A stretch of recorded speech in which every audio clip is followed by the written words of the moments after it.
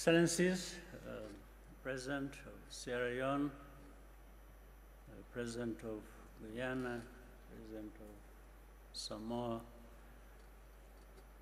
Secretary General, and good afternoon to you, or good evening to you all. Thank you for joining us.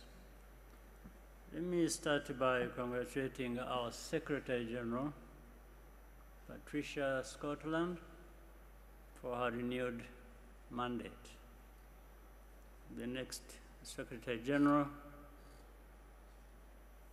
will be appointed at CHOGM 2024, and this will follow the need for rotation.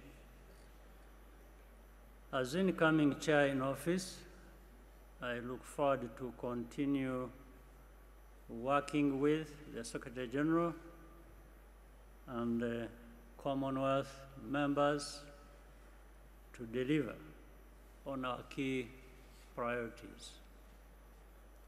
Allow me to once again thank the outgoing chair in office, Prime Minister Boris Johnson, for his steadfast leadership during a longer than usual mandate due to COVID pandemic.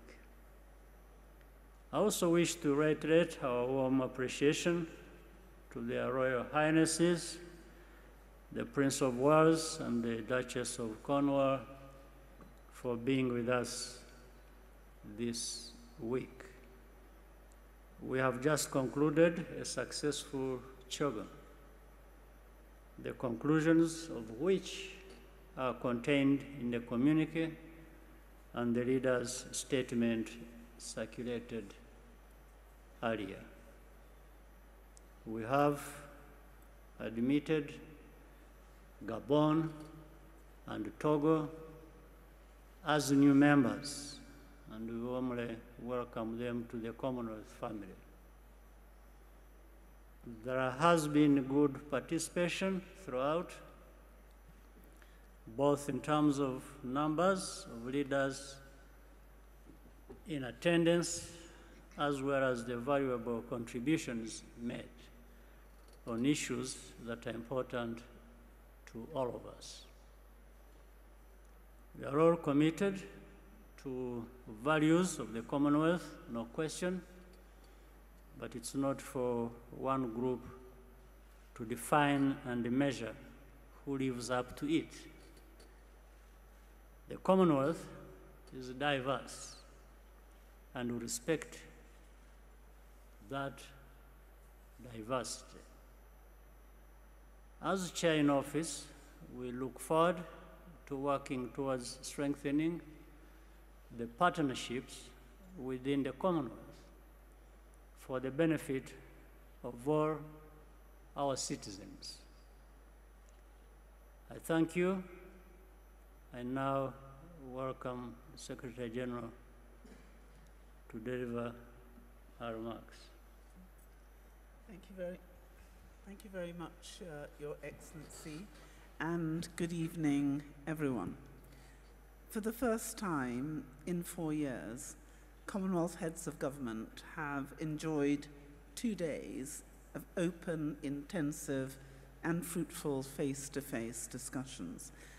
This follows a week of dialogue and consensus building involving every part of our great Commonwealth family. Very briefly, I want to say how humbled I am to have been reappointed as Secretary General to be able to complete my second term. To serve the Commonwealth is a great honor and a privilege, and I will do so to the best of my ability until I hand on the baton to Africa following the next Heads of Government meeting in 2 years' time. Foremost in our discussions were the major challenges facing our Commonwealth and the wider world including the impacts of conflict and the COVID-19 pandemic, and the really urgent threat of climate change. We affirmed the importance of equitable access to COVID-19 vaccines as a key to global recovery from the pandemic. We discussed Commonwealth priorities around governance, human rights, the rule of law, sustainability, and the key issues related to trade and economic growth. And we reflected on the particular impact these challenges have on our small states. You'll know that of the 54 countries in the Commonwealth, 32 are small states. A number of new principles, declarations, and frameworks were endorsed, and you will find them all in our communiqué, but key to them were the following.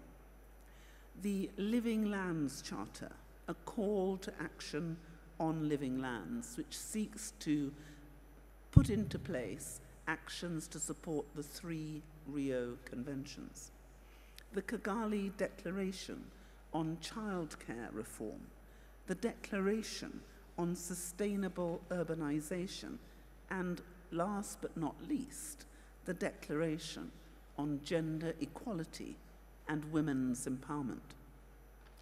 These instruments will serve as guiding frameworks for the work of the Commonwealth in the years ahead, complementing the vital work the Secretariat already does on issues on the environment, democracy, and anti-corruption, to connectivity, health, and education.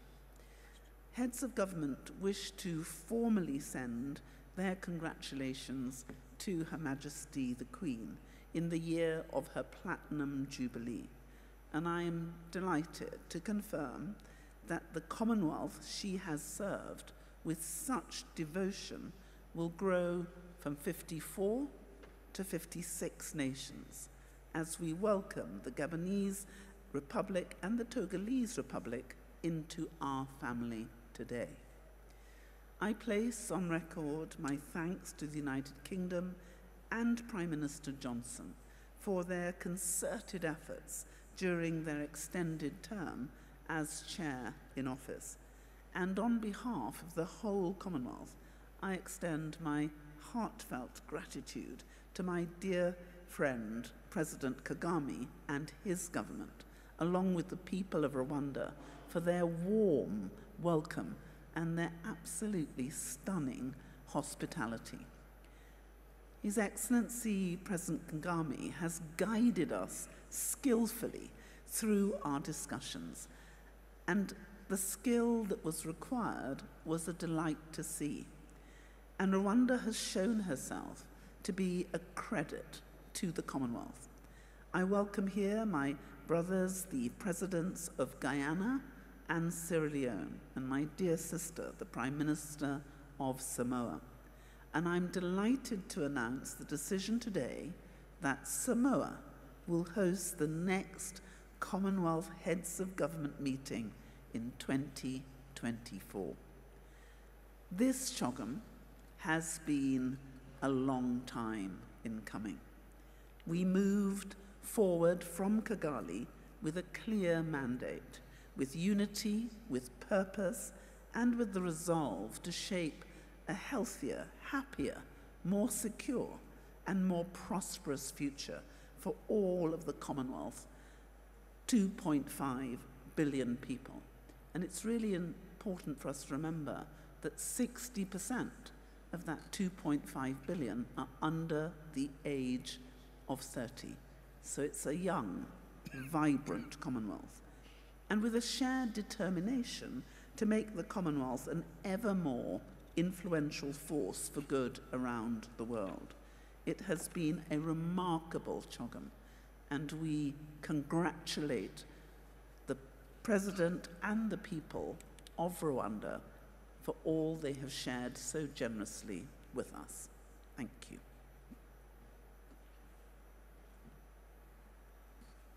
Thank you, Secretary General and President Kagame. We'd now like to invite questions from members of the media. If you could state your organisation, state your name, and indicate that you'd like to ask a question, then I will put your question to the relevant head of state here. Would anybody like to ask a question? Okay, sorry, the gentleman here in the orange. Thank you. Murakoze nyakubahwa Perezida wa Repubulika, nitwa Paul Rutikanga nkorera RBA. Muri inama ya CHOGM mwatorewe kuyobora uyu muryango mu gihe cy'imyaka 2 iri imbere. Ni ibihe bikorwa mutekereza gushyiramo imbaraga cyane? Murakoze. Sorry, would you be able to ask your question in English for members of the international media as well? Is that okay? Sorry to push. Thank you. I would like to ask Secretary General. Your Excellency, my name is Paul Tikang, as I said, and I'm from Rwanda Broadcasting Agency. Your Excellency, as you conclude this meeting, what is your general impression in relation to its preparation and takeaway messages? Thank you. Well, I think absolutely everyone I've spoken to have just been amazed by what they have seen here in Rwanda. The organization has been superb. The preparations are second to none. And the spirit that has been shared with us has been frankly astounding. Every single person I've spoken to has told me how surprised they have been to see what has been achieved in Rwanda over the last 28 years. Some said to me they thought this was a miracle, that when you looked at where Rwanda had been in 1994 and you see where Rwanda is now, it is breathtaking. But the most important thing about Rwanda has been its resilient and kind people. People have shown us warmth and consideration, and I think all of us will go away never forgetting the comradeship, the sensitivity, and frankly, just the kindness that we've all been shown. Real, real generosity. So I think President Kagame, from the bottom of my heart and on behalf of the 2.5 billion people that I represent, particularly the young people, I want to say a profound thank you, because the young people, if I can talk colloquially, they had a ball. Do you want to respond? Okay, thank you. The gentleman on the end here, if that's okay. Hello, Your Excellencies, ladies and gentlemen. My name is Ayubu Mzee, and I work for Ben Television, Sky Channel 182 in London, but I'm originally from Tanzania. I've got 2 questions, but before I put forward my 2 questions, I want to thank the Commonwealth, that even though I was born in Tanzania, it is the Commonwealth that has brought me to Rwanda to see the good story I've been reading about Rwanda. Thank you so much, Your Excellency. My question is, I as a disabled person, I'm putting this question to the incoming chairman. I faced a lot of difficulties. For the last 6 days, I've not been able to leave my hotel because I'm disabled. And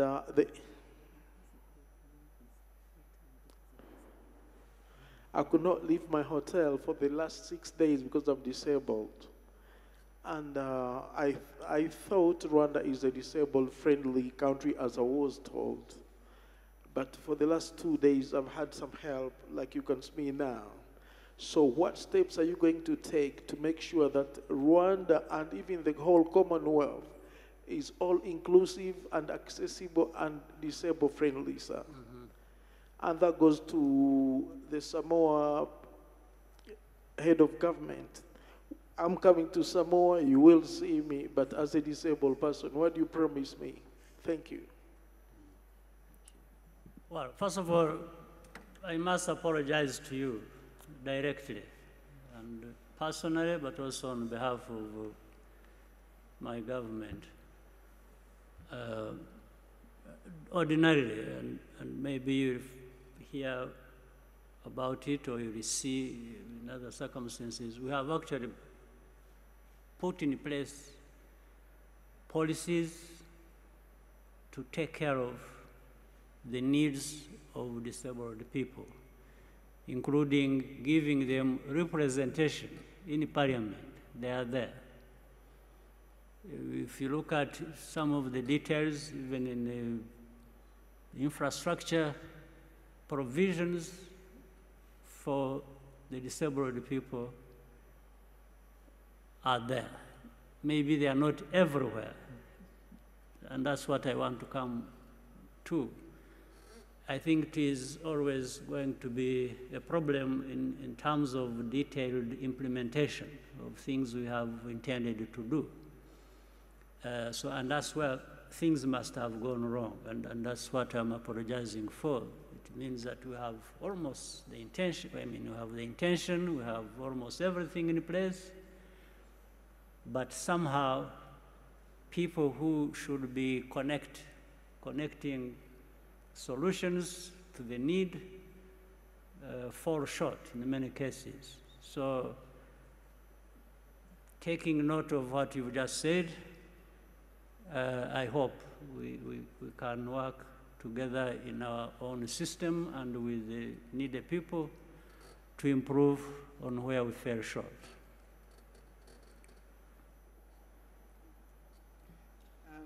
Thank you. We have a very active disabilities organization, especially with the advocacy to government to put in place policies. I appreciate the question, and it's on issues of accessibility or ease of accessibility.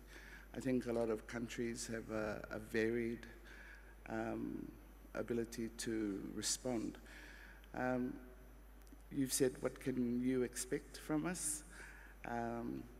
Well, because in planning these events, and your particular question is now put on the books, what we need to ensure that we can provide for special needs. And we're a developing country, and where our facilities may not have ease of accessibility, you can be assured you will have some very fit Samoan people working with you to assist you. Thank you. Could we get a question here from the gentleman with his arm raised?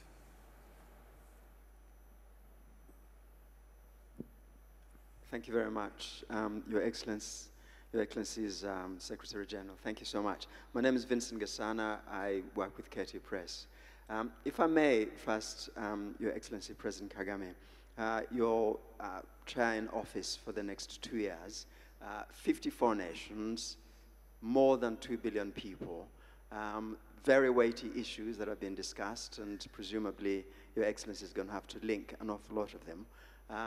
It's probably too soon to have thought about that, but would you tell us what you envisage the issues are going to be able to link all these issues and keep everybody focused on them so that it goes to implementation. Everything that was discussed goes into implementation, especially, of course, climate change. And if I may, Secretary General, I mean, we say a lot in Rwanda that no miracle has happened here. It's been people working day by day, every year, to get things done, government working with people and so on. May I wonder if, also may I say congratulations for your next 2 terms. May I wonder if, really Rwanda ought to be not necessarily a stick to beat the others, but an example to the others. If Rwanda can do it with all the disadvantages it has had, all the other 54 should be doing a great deal better. And very quickly to Samoa, if I may, congratulations also for the 2024. And may I ask, what are the main takeaways you think you'll take from Rwanda to go and that have been most successful here and repeat again in Samoa? Thank you very much indeed. Well, to start with, look, nobody has any illusions about the challenges and how these challenges will always, manifest maybe in different forms or will, change in the future. You are facing problems today of a different kind. Tomorrow there are different challenges. But the 54 countries of the Commonwealth, each one of them, like any other countries out of the Commonwealth, we have specific challenges, but the countries altogether have also common challenges. But it's not about challenges alone. I think we have even more opportunities than the challenges we have. So we start with individual country, confronting what they have to confront, and then we have this family of nations, countries, coming together to actually confront the common challenges to all of them. In the same way, that's how we tap into the opportunities available to each country, but also work together to be able to benefit from the opportunities we share or we can find in each other. So that's the way to proceed in the theory. But we have to also proceed in practice.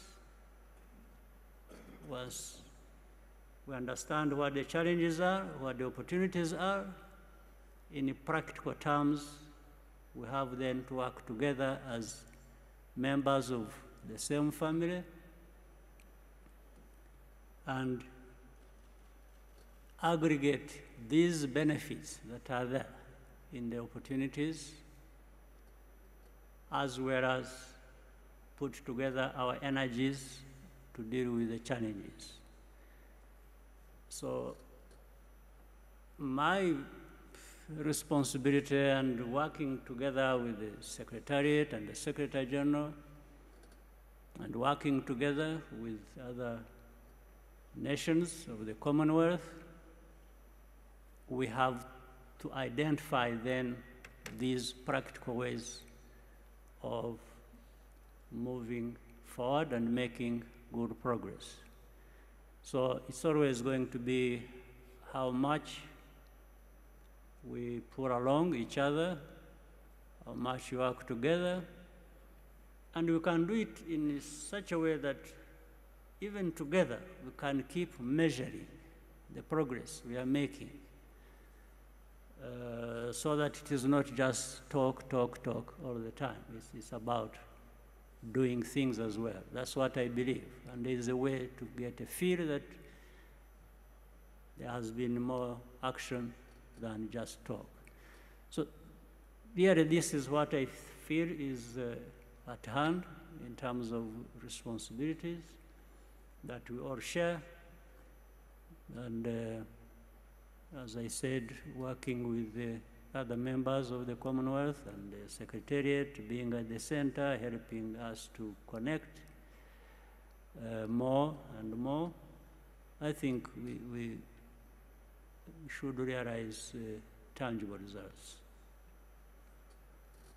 So if I can come now to answer the questions you asked me. Firstly, I think, as I made clear, someone else said that this was a miracle. I know from having spoken to so many Rwandans that this was an enormous effort, and it was only achieved by every single Rwandan being determined to rebuild a country that they loved. But I think one of the things that we've all seen is it's built on inspirational leadership. And I'm going to ask the president of Guyana maybe just to help us about that in a minute. But can I say the way in which our Commonwealth works is that we look at what joins us and not what separates us. And we know we're stronger together than we are apart. So if you look at the declarations we've made, the Living Lands Charter, a call to action on living lands, we know that we are at code red when it comes to climate change, and that the small member states are facing a crisis which could be existential. And we know that implementation of the 3 Rio Conventions absolutely vital. So what we're going to do is all our countries are coming together, and we are going to cluster ourselves in order for us to respond more creatively, more intelligently, and more effectively.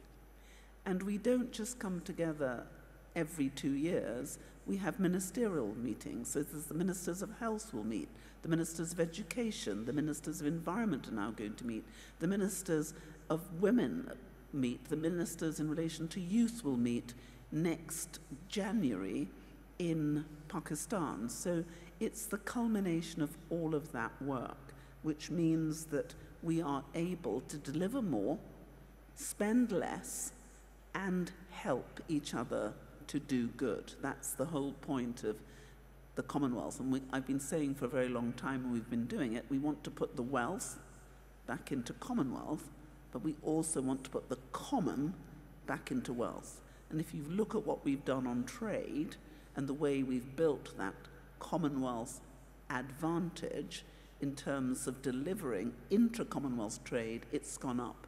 We're now about 762 billion in intra-Commonwealth trade, and we hope to be 2 trillion by 2030. But I'll now pass the ball over to President Ali from Guyana. Thank you very much, SG. Members of the media, perhaps if we can sum this up, what the world needs now and Commonwealth needs now is stability, bold, innovative, and visionary thinking. And the combination of our SG and the incoming chair offers us a great opportunity. When you look at what President Kagame has achieved here with the people of Rwanda, it tells about a leader in a country that has a vision, bold initiatives, creative initiatives. And when you look at the crisis and the insecurities we are facing in the world today, food crisis, energy crisis, a climate crisis, a crisis of inequality, will require this type of leadership and these characteristics to navigate us through these difficult paths. And I think President Kagame coming in at this time as chair would help greatly the Commonwealth family to navigate through this path, and with the SG bringing that stability and pushing those programs, I think we have an excellent opportunity to confront these challenges. And I said to President Kagame a few moments ago that many times the developing world would look to the developed world for answers and best practices. What Rwanda has shown the developing world is that we can have the answer among ourselves and within ourselves too. And it is this type of leadership and example by doing that is required in creating some of the changing circumstances that is so critically needed. So having a chair that brings that experience in a practical way, I think allows us to have something that is functional, direct, and creative in dealing with the challenges that we'll confront. I want to congratulate the President, His Excellency, and the people of Rwanda for an exceptional conference, and to say that your hard work in building this country, building this city, was on show, and it has gained tremendous respect. Thank you. We are running out of time, so if we have a couple of questions, they could be quick, and if someone would be able to direct some of those questions towards on the outcomes of the communique and of CHOGM, that would be helpful as well. Sorry? I think there was a part for me in that question. Oh, I'm so sorry. Apologies. Just very quickly, what's the takeaway from here? We had an intergenerational discourse this morning with representatives from the leaders and the youth delegates to the Youth Forum. And there were two things that I came away with from that meeting, and I think it applies to the whole CHOGM experience. And this is with respect to development. And the first thing is whole of society approaches, because quite often this is a body of governments. But what has become very clear is that it's not enough to just have governments determine the development program and objectives. It has to be a whole of society to carry us through if we want to reach the goals that we've set. One of the clear messages that came through, especially from the youth delegates, is the idea of the opportunity that we now have at this juncture, especially with COVID and climate change, and the impacts that it has had globally, that it's an opportunity to reimagine our futures. And, you know, we talked about education, how, you know, that might look like in terms of the needs that are there, the framing, especially around funding and financing. For small island states, this is always a challenge, and it's an opportunity to work with partners to do that reimagining exercise. I'm particularly taken with President Kagame's leadership. I think generally there's cynicism about governments and leadership. Coming to Rwanda, I think it's a very reaffirming experience, at least for myself, you know, in terms of the roles and the functions that leaders can provide for countries. And, you know, no leader does anything by themselves, but leadership is also being able to take people along with you. And I think Rwanda has been an excellent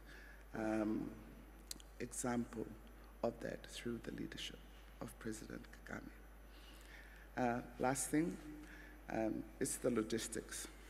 We've hosted a few major conferences in Samoa, and most notably the SIDS conference in 2014. So it's 10 years. And I think, although we've yet to determine the themes for the meeting in Samoa, but it will be another good opportunity to refocus the Commonwealth on small states and to review what had been determined through the SIDS conference and the Samoa pathway that was developed, to review how we have progressed in terms of what had been determined as a blueprint for SIDS. Logistically, it's going to be an island experience. I've been to, this is my third CHOGM. The first one was in Edinburgh in the late 90s, and the second one was in Perth about 10 years ago.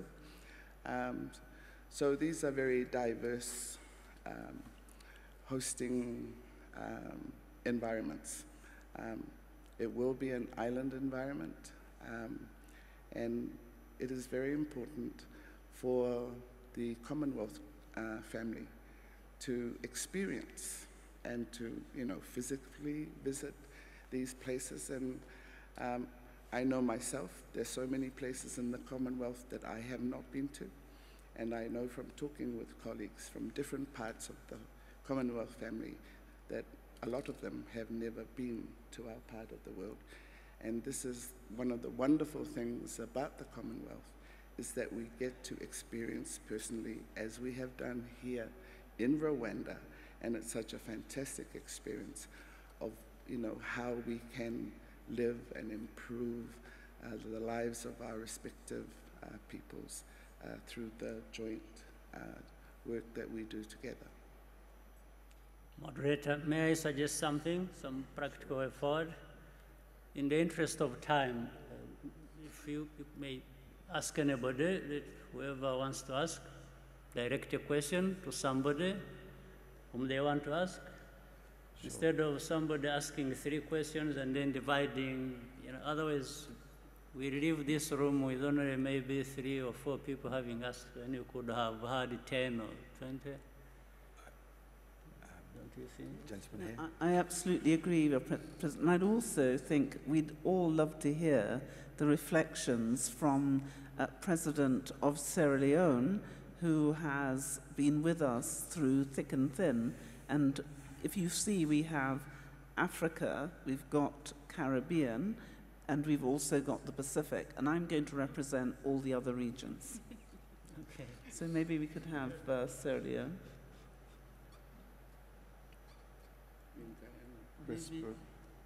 Maybe President Maya would like to say something about his experience. Well, my experience here is not strange because I've been here before today, before this CHOGM, and I came here purposely because of the brilliant work that has been done in this country by the leadership and the people. And one thing that comes out clearly is the fact that when you have the right leader and the people are willing to follow, you can do great things. And that is what Rwanda has done. Yeah, I mean, nobody can come here and not congratulate you. The leadership, for him, he has a duty. And that's how he sees it. When you tell him about certain things, he says, no, that is my function. And that is what I'm providing leadership. But to the people of Rwanda, when somebody said a miracle, it is a miracle. When you look at the circumstances, when you look at how far you've come, when you look at the many distractions around the world, you have done a great thing for which we must commend you. For our colleague, His Excellency, I've told him severally, and the first time I came here, I told him I will send my own people to come and look at how you have done it. What makes you tick? What make your people follow you? So for me, the reception has been great. The organization around CHOGM has been great. And it is indeed a representation of where Africa wants to go. This is what you have done is aspirational for Africa. And I want to say thank you for representing, showing the best of what we can do if we work with our people. Nick Perry from AFP. My question is for the Secretary General. Good governance, democracy are bedrock principles of the Commonwealth and its charter. And tonight you've announced that Gabon and Togo have joined the Commonwealth. Both those countries are under dynastic rule. They have the same families that have been in power for over 50 years, and they've held elections that have been marred by irregularities and violence. Do you think that the Commonwealth risks credibility on matters related to good governance and democracy by allowing such countries to become part of the family of nations? And what sort of power does the Commonwealth have to encourage better governance from its members? Well, I think the first thing to say is before any country is invited to join the Commonwealth, there's a 5-stage process where we are able to go with that country, look at the processes they have, look at the commitment they have to governance, the rule of law, and the Charter. And one of the most important things is that the Commonwealth is here to walk with those who have put their face clearly on a path for maintaining good governance. And the interesting question is, why would any country want to join our Commonwealth? And the answer is simple. If you look, for example, at the Mo Ibrahim Good Governance Index, you will see that the majority of countries, and we had before 19 countries in Africa, the majority of the members of our Commonwealth are either in the top 10 countries or in the second tier. So they're either Premiership or they're First Division. Now, many other countries are looking at what we are doing and saying, what is it about them that enables them to govern more robustly? And the Commonwealth has had a history of giving Commonwealth technical assistance. So, for example, we have just concluded training 2,000 senior Commonwealth government officials in every region of the Commonwealth on the performance management principles of good governance. And we've created a system which has been capable of being shared with all our 54 countries. And on the 6th of June, the cabinet secretaries of our countries met to see if there couldn't be an agreement about the generally agreed performance management principles. We're calling it the GAP. This had never been done before, but it has now been achieved. And just like accountancy principles, it enables you to objectively assess the quality and the nature of the delivery of good governance.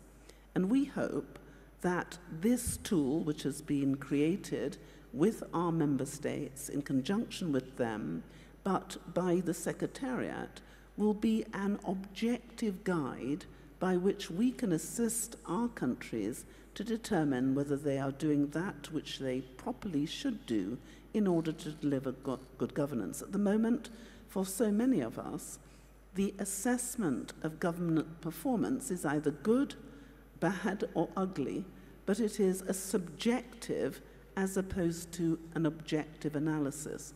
What the Commonwealth Secretariat has just delivered is a way in which we can objectively assess how well our countries are doing and assist them to do better. The tragedy in our world is that there is not one country I can think of who can honestly say they are without error, in need of improvement, or opportunities to change. So what our Commonwealth is doing is coming together in humility, looking at what works, looking at what doesn't work, and helping to strengthen us all. So we welcome both Gabon and Togo in the spirit of brotherhood and sisterhood and a determination that we need a safer and better world, and we're better together than we ever will be apart. Thank you. Just last question, the lady at the back there. Thank you very much. My name is Ansoy from the BBC. I have a quick question for President Kagame.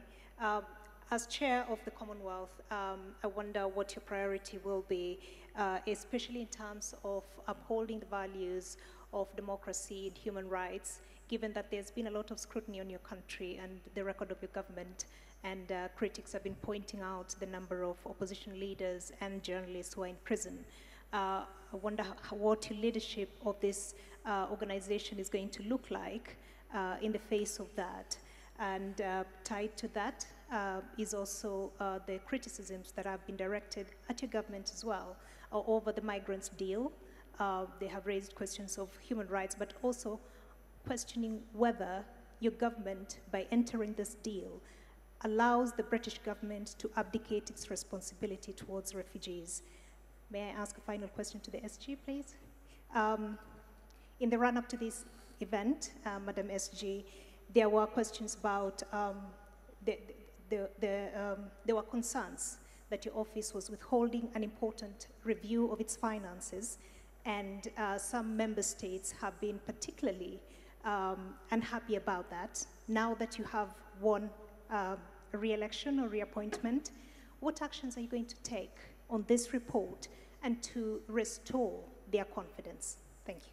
Well, the first thing to say in relation to that is that there has been, I'm afraid, a graphic misrepresentation, and I'm really disappointed that before the BBC issued that story, they did not correctly ascertain what the position is. In fact, the report about which you speak is a report which was asked for by the leaders to assess the quality and the amount of money that the Secretariat should need in order to deliver all its mandates in the future. You will know, and I'm sure the BBC will have had access to the Transparency International data, which we publish consistently in relation to every £500 spent by the Secretariat. And you will know, because I'm sure in due diligence as good journalists you would have checked your facts, that we have had a clean bill of health for every single year of my stewardship. And indeed, if you look at the governance measures, we moved from the Secretariat from a C-rated organization to an A+. So we have been verifiably robust in the financial management. But we do have a problem. When I took up office in 2016 of the Commonwealth Secretariat, it was said that we were standing on a burning platform. The sums of money available to the Secretariat were insufficient really to meet our needs, and we had to reform it dramatically in order to remain a viable organization. Now, as a result of that, we have had to work very hard to make sure that we have money in the bank and that we can continue to work. But there was a big issue, because although we were delivering 97% of the strategic plan and the delivery plan, the money that was available to us was not structured in such a way that it would make it easy for us to maintain that high performance. Therefore, the leaders asked a question. Bearing in mind our finances at the moment are given in three forms. One has a formula for the amount of money that members pay to in effect be a member of our club. The second is a voluntary fund for Commonwealth financial technical assistance, about which we were speaking. And the third fund is a fund for youth projects. Now, those three funds have three separate audit trails, and we must be the most audited organization known to man, yet we have less than £42 million to do it all. So the question that was raised in 2018 by the leaders was, how do we put the Secretariat, who they said at that stage were doing a remarkably good job, on a more sustainable footing? That is the question that EY was asked to address. It was nothing about the financial circumstances of the Secretariat. It was, how do we put an organization which is seeking to serve 54 countries with a budget of only 42 million on a more sustainable footing? Now, there were terms of conditions of that contract, and all that was happening is that a report that was submitted was being discussed with EY in order to come to an amicable solution. It is deeply, deeply disappointing that the BBC, who have such a remarkable reputation, should have failed adequately to assure themselves of the facts, which could have been easily checked by looking on Transparency International before making what you may now feel was an ill-judged and inappropriate comment. But I thank you for giving me this wonderful opportunity to clear it up. Right. I think checking of facts is a serious problem with the very institutions we should have relied on to inform the public, the general public, the world, about some of these facts. Or whether the facts themselves or the interpretation of some of the things that actually happen. Now, let me start with the issue of values. Who defines the values? Or who doesn't actually have values? When people talk about values sometimes, there's one part of the world that has assumed the sole responsibility and the monopoly of defining values. So the rest of us have no values. We've just to keep learning from these ones who define the values. And by the way, the danger also is, it doesn't matter how long you take learning, you will never qualify. You will just always be branded somebody who has no values or who comes from a place where there are no values. So I want to put this case clear. Those from the north who always assume where BBC comes from, who always think they are the face of values, the rest have to follow. It's a big mistake. It's not true. We have values too. We here in Rwanda, in Africa, we do. No question about it.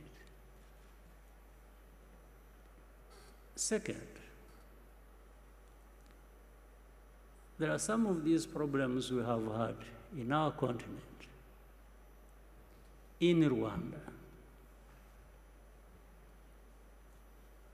Those from the north who define or want to define values have been part and parcel of these problems we have been facing. Some of them have actually been the cause of the problems we face. But at the same time, like the genocide here that took place here in Rwanda, where 1 million people over were killed. Well, I remember, if your memory serves you well too, I'm not inventing anything. The debate that went on at the UN, it was like, you know, these developed rich countries, those who define values, simply took it like, these are just Africans killing each other. These debates were in the open. But you think that is true? You think the divide that actually led to this genocide was just a creation of Rwandans, not the people from the north who actually divided this country, told the people to think of themselves as belonging to one ethnic group and the other to think as belonging to another ethnic group, and therefore they should kill each other. Not only are they different, but they should kill each other. Would you believe that? Would you tell me that the 20 million people, this is documented by other people, not by me, who were killed in the Congo, were killed by other Congolese in the old days of King Leopold? And you think all that just disappeared in a moment? Then you had the savages coming over and taking over their own countries and killing each other. And then the others assume the higher ground. They are up there in the north and keep pointing fingers at those of us and think we have no values and we just are there to, we don't respect freedoms, we don't respect human rights. Sure, do you think so? BBC, you think so? You take time, you broadcast, and from morning to evening, this is literally just abusing people. You're abusing Rwandans, you're abusing Africans, you're values. What values do you know, my dear sister, on behalf of BBC?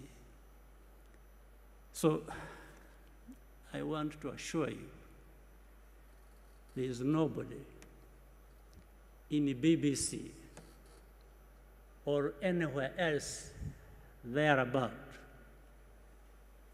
who would be holding values better than we do here in Rwanda. Except if we just want to cover up the mistakes of the same people who want to define these values for us. Or really tragic mistakes of things they have caused. So when you are saying that, you may tell somebody else, people who don't have time to think or who don't have a history that where they have struggled with these complications, yes, they will. But here, those of us who have faced what we did, who have gone through what we did, we take our responsibility. Of course, genocide could not have happened just on the hands of others who brought it to us. No. We, Rwandans, have a responsibility. We have our share of the blame for it. But there are others who should take responsibility for that. So I just want to let you know that these issues of upholding values and so on, as far as I'm concerned, as I know, as far as Rwandans are concerned, we don't need any lessons from BBC or from anyone. I tell you this with firm conviction. So, democracy or people in prison you're talking about, there is nobody in Rwanda who is in prison that should not be there, because you have a justice system that is actually functional and is fair. Let me tell you something instead. Actually, there are people who are not in prison who should be there. There are no people who are in prison that shouldn't be there, but there are people who are not in prison who actually should be there. And I'll explain to you if you want. I know, for example, I've been seeing journalists writing all kinds of things. Take somebody, praise her or him, and make them champions of all kinds of things. That's fine. I wish these people are making them champions of their own situations, if they wanted them, but not of our situations. And I give you some details. And what I meant when I said what I said. Take an example who is always written about and people who have been here even during this CHOGM, and they were visiting. There's a woman called Ingabire Victoire, whom BBC and others want to always sing about being the face of the opposition. Okay, fine. And this is one I was referring to. She's not in prison now, but should be in prison now. She was in prison, she committed a crime for which she was tried in the court of law. She was actually sentenced and imprisoned. The government, the president, under the prerogative of the masses, president has that powers. Actually, this woman was released from prison before she served her full sentence. And it wasn't because she was not guilty or whatever. I'll tell you something else which shows double standards, which lead to these things you were asking. She was tried on the basis of evidence that was provided by European countries working with our own justice system. You see, it wasn't just done here. It was done between us and some European countries who provided evidence, corroborating with the evidence we had, and that's on the basis of which she was tried and sentenced and put in prison. Now, but some people decide to make that person an angel of freedom and democracy and something like that. Where does it come from? But she's out there. She's not in prison. But this, I'm saying, she should actually be in prison if we hadn't just forgiven her. Okay, we forgave her to be out of prison so that you can pick her and pump her and praise her. Okay, that's fine. If that serves, but I wish it was serving something good for the country. That's okay. Then you have another person whom the very people I was referring to picked, praised, made him a celebrity, made the hero of, made him a savior of, but I don't know even what he saved. Now, when he faces justice, there is evidence, irrefutable evidence. He was tried in the court of law publicly. Nobody questions the facts on which the evidence is based. But then say, no, you see, this one is, a critic of the president. No, you first answer these facts before you talk about your things that you want to use.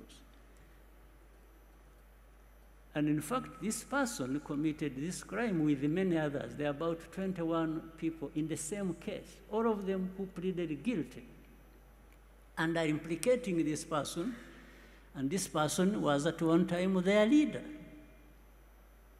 These are people who were armed, waged violence against families of Rwandans. People were lost their lives.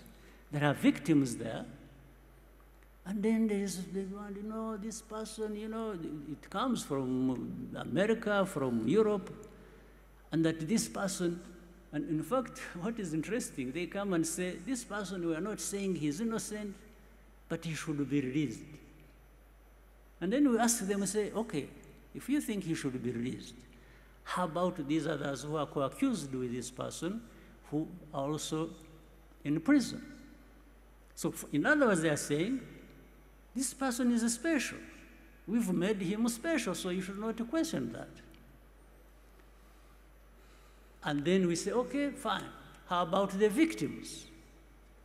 The very people, families that lost their people on the hands of this person. They can't answer that, but they keep insisting. So anyway, let me try to cut. It was a loaded question, so I'm trying to grapple with how to cut the answer short. But so the basis on which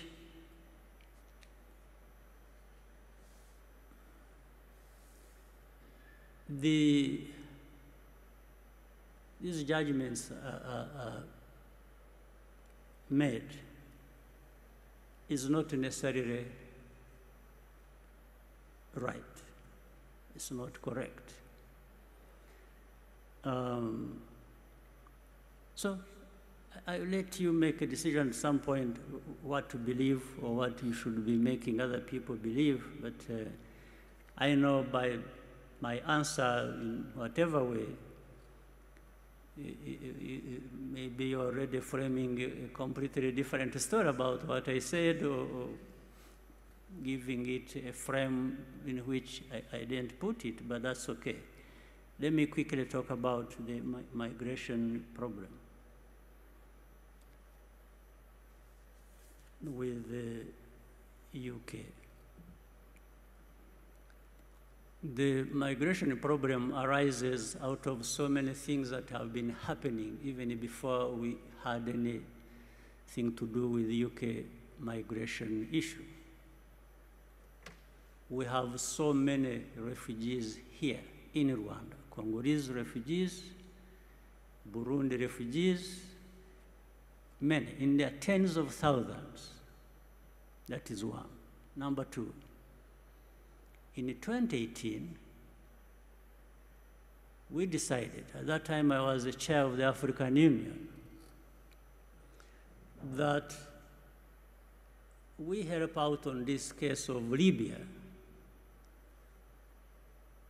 Many Africans through Libya, up to now, they are still caught up there. They've been brought from Libya over time, brought here, processed here. Some of them are still here. 1,000 of them so far have been processed and taken abroad to Europe, to Canada, to United States. But we just saved a situation where thousands of young Africans were caught up in Libya.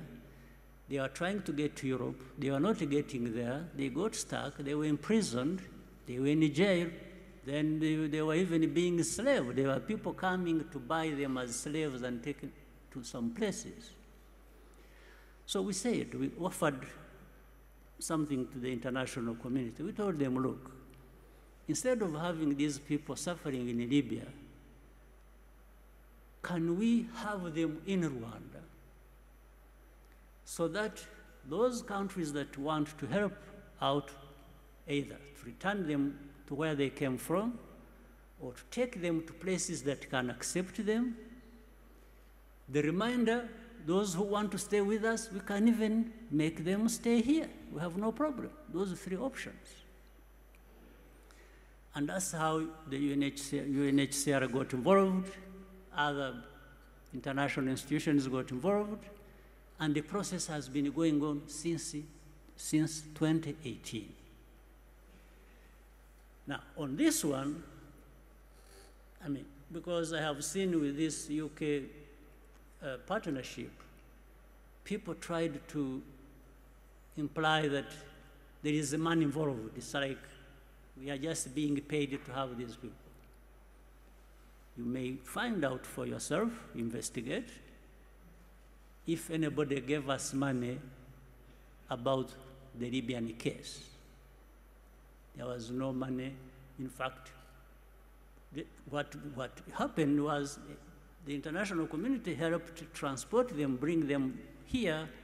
We provided a place, and they also started supporting these people, and that's how it has been going. In fact, we had that situation. We had another case where Israel, remember, was throwing out some migrants also who had gone there from Eritrea, Ethiopia, Sudan also helped on that. That is way before this case of... so what is happening today is no different from what was happening then. Now, and this question of money involved that people are talking about, largely it is money to look after these people who are being brought here because they are not accepted in the other side, on the other side. Now, so if we have a situation like this, first of all, it also builds on our position in terms of how we see the migration issue. While there might be a right of a person to flee and seek refuge in some place, it's not going to be anybody. Because in this one, there are two types of criminals, if I may say.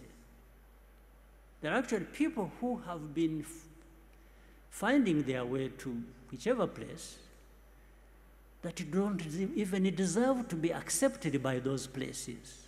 It's not automatic.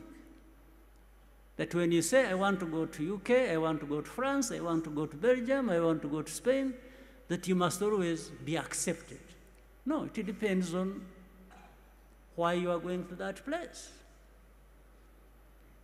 Are you somebody running away from persecution or from serious problems? Yeah, but there is a case here. People should be able to listen to that. But at the same time, it's up to that country to decide what they do in that case. There is nothing automatic about it. But in fact, some of the cases involve criminality. People simply either escape justice for committing different types of crime, and when they are going to whichever place, there is no automaticity about accepting them under migration laws. I think this must be accepted as a fact. Two, there is a criminality that involves slave trades, like they are trading them. These people who, there is a network of criminals that actually do business with this. That is known. The criminal networks are known in Africa or in Europe. So if countries are trying to say, no, we have to have orderly migration, what's wrong with that? I have no problem with that. And it doesn't matter where they are coming from, whether it is Europe or Asia or wherever. By the way, we also, not so long ago, accepted people from Afghanistan. We still have young people who are living here who came from Afghanistan. We received requests that people were looking for where to go because they were fleeing what happened in Afghanistan, and we accepted these people. These people are still here. They are attending school. They are living a normal life, normal in that limited sense. Normal situation should be that they live in their country, but here we try to do our best to give them a sense of security and normalcy, but which is not complete. These people are here. They are being helped by different organizations, philanthropies. Nobody's giving this country money to do that. Absolutely not. So I wanted to, in those long explanations or words, to assure you that this migration issue is something that people will have different views about. But I have tried to explain to you where we come from in dealing with it the way we deal with it. So for us, are we committing any crime in accepting these people to come here. But if they don't come, we won't complain. It's not like we are dying to have people come to us. No, in this manner. It's just that we have tried to help out. So what else do you want me to say? At the end of the day, this Rwanda, where we have come from, maybe we know, maybe you know, or you will know. We are happy with the progress we are making. We want more progress. We are members of the Commonwealth. Today, we are the chair, and we will try to work with other members of the Commonwealth and make the best use of this opportunity for the benefit of everyone. There is no offense we have committed about that, and we don't apologize for the progress we have made, the challenges we have faced, and I hope it is also realized that I have been looking around in this world, I know, to find where everything is rosy and everything is fine. No. I haven't found that place. I wish I could find it. Maybe I would learn one thing or two. So, sorry to consume all the time on this, but it was because of the weight of the question. So, back to you. Thank you very much. I think we've run over significantly on time, I'm afraid. So I think that's the last of the questions. Thank you very much, Your Excellencies, for participating, and thank you for coming for CHOGM 2022. Good night.